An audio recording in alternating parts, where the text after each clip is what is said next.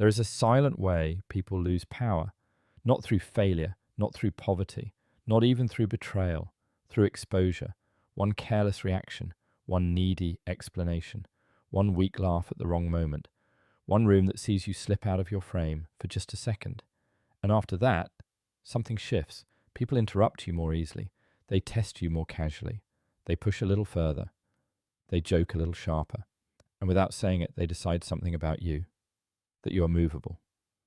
Power rarely disappears in one dramatic collapse. It fades through small signals, tiny emotional leaks, moments where people realize they can touch your balance.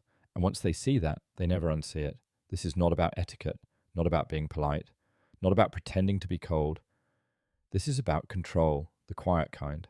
So the kind that protects your presence before you even open your mouth. Because in public, being right is not enough. Being kind is not enough. Being talented is not enough.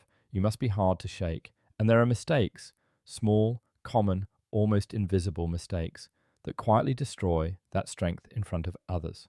Let's continue. Number 5, never help people humiliate you. Most disrespect doesn't begin with others. It begins with you allowing it to grow. Someone makes a joke at your expense. The room laughs. And instead of holding your frame, you join them. You laugh louder. You add to the joke. You exaggerate your own weakness just to seem easygoing. And in that moment, you think you are winning approval. But what you're really doing is teaching the room how to treat you. Or because people don't just watch how others treat you, they watch what you tolerate. And even more importantly, they watch what you participate in. When you help someone reduce you, you remove the invisible boundary that protects your image. You signal that your dignity is negotiable, that your position can be lowered without resistance. And once that line disappears, it rarely comes back. This doesn't mean you become stiff or humorless or defensive. It means you understand the difference between laughing with control and laughing from insecurity. A controlled smile says, I see what you're doing, and I'm above it. A forced laugh says, please don't turn this against me. And people can feel that difference instantly. You don't need to attack. You don't need to create conflict.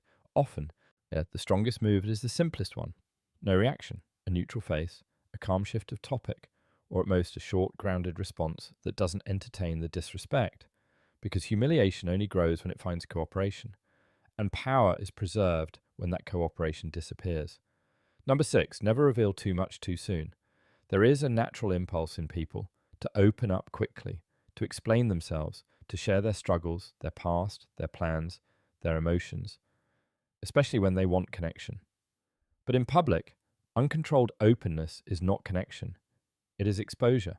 The more you reveal early, the more material people have to measure you, label you, and sometimes use against you. People do not always handle information with care, especially in environments where status, comparison, and silent competition exist. You tell them your fears, now they know where you're fragile. You tell them your plans, now they can judge, doubt, or quietly compete. You tell them your past, and now they can place you in a box. And once people place you, it is difficult to move out of that position. Powerful people understand timing. They do not lie, they do not pretend, but they do not reveal everything at once. They let people earn information, because information is not just truth, it is leverage. The less people know about your internal world, the harder it is to predict you, the harder it is to manipulate you, the harder it is to reduce you. Mystery is not manipulation, it is protection. Speak, but choose what you make visible. Share, but control the depth. Open up, but only where it is safe. And only when it is deserved, because once something is said, it cannot be taken back. And in public spaces, words travel further than you expect. Number 7, never try too hard to be liked. This is one of the most subtle ways people lose respect. The constant smiling, the over-agreeing, the quick laughter, the softening of opinions, the need to keep everything smooth, comfortable, pleasant. On the surface, it looks like kindness, but underneath, it often carries a quiet fear, the fear of disapproval, and people can sense that. When you need to be liked, your behavior starts adjusting automatically. You say yes when you mean no. You agree when you have doubts. You stay silent when you should speak. You tolerate things that don't sit right with you.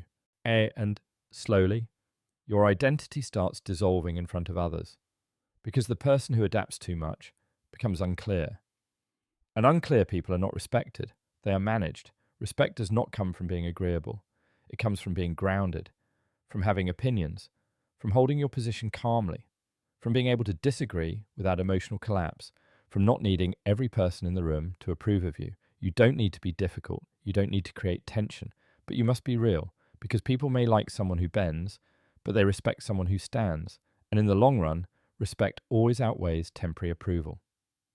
Number 8, never display desperation. Desperation is one of the fastest ways to lose power in public because it changes how everything you do is interpreted. The same words, spoken calmly, sound confident. Spoken with urgency, sound needy. The same request made with patience feels reasonable, made with pressure feels uncomfortable. Desperation shows up in small ways, talking too much to fill silence, trying too hard to impress, seeking constant validation, overreacting to attention, chasing responses, forcing connections. And the problem is, desperation repels the very thing it seeks, because when people feel that you need something from them, approval, attention, validation, they automatically rise above you in the dynamic. Need creates imbalance, and imbalance destroys respect. Calm presence, on the other hand, creates gravity. When you are not chasing reactions, people watch you more closely. But when you are not forcing conversation, your words carry more weight. When you are not trying to impress, your natural presence becomes more noticeable. This does not mean you suppress your desires. It means you control how they appear. You can want success without looking hungry. You can want connection without looking dependent. You can want recognition without begging for it. Because power is not the absence of desire. It is the absence of visible need. And the less people feel that you need something from them, the more they begin to value what you offer. Number 9, never lose control of your body language. Before you speak, before you react, before you even think, your body is already communicating. The slight shift in posture, the tension in your shoulders, the movement of your eyes, the way your hands react under pressure, the way your face changes when something hits your ego, all of it speaks. And most people have no control over it. They say they're calm, but their body says otherwise. They say they don't care, but their eyes react instantly. They say they're confident, but their posture collapses the moment attention turns toward them. And people trust what they see more than what they hear, because the body doesn't lie as easily as words do. When your body becomes reactive, you become readable. And readable people are predictable. And unpredictable people are easy to influence. This is why control is not just mental, it is physical. Stillness is power. When your movements are slow, deliberate, minimal, you create a sense of control. When your posture stays grounded under pressure, you signal stability. When your face remains neutral in tense moments, you remove emotional access points. Even silence becomes stronger when your body supports it.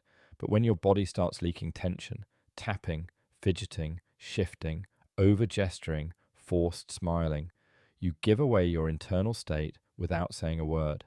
And once people can read your state, they can adjust their behavior around it. They can push when you're weak. They can test when you're unsure. They can dominate when you hesitate. Or control your body, and you control half the room without speaking, because power is not just heard, it is seen. Number 10, never argue to win, argue to position. Most people enter arguments with one goal, to prove they are right, and that is exactly why they lose.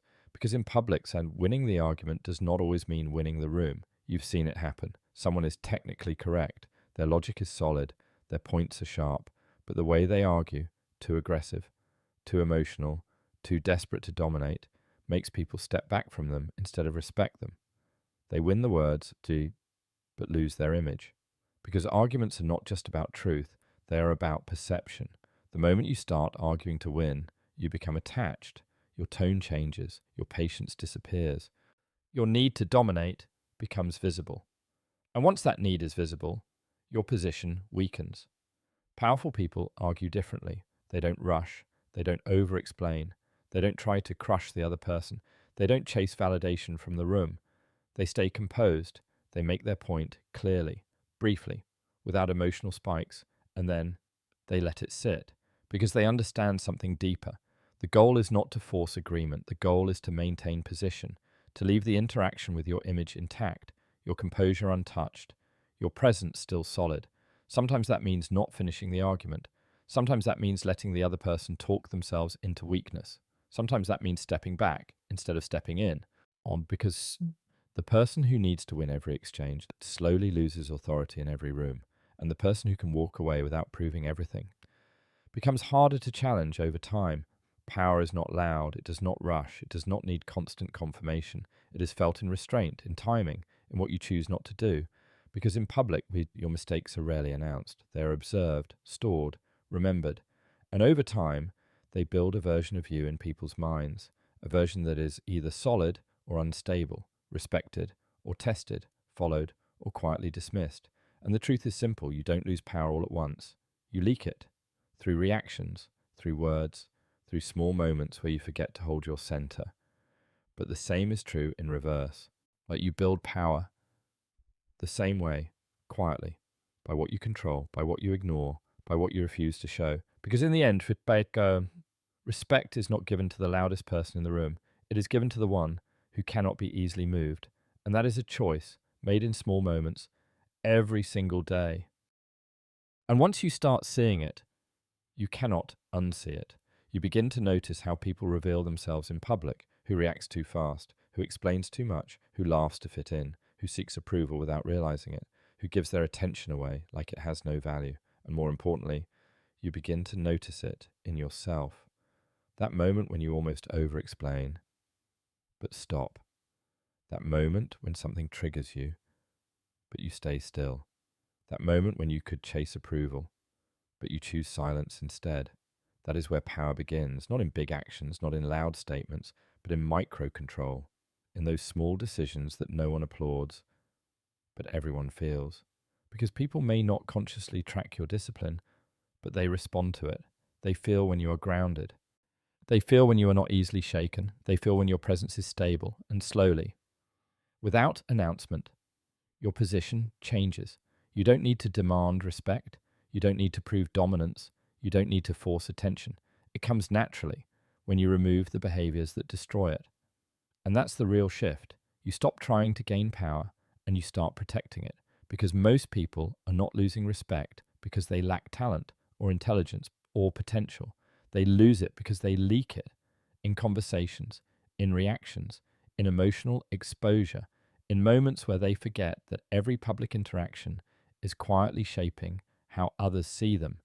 But now, you know where power disappears, you know what weakens your presence, you know what to avoid.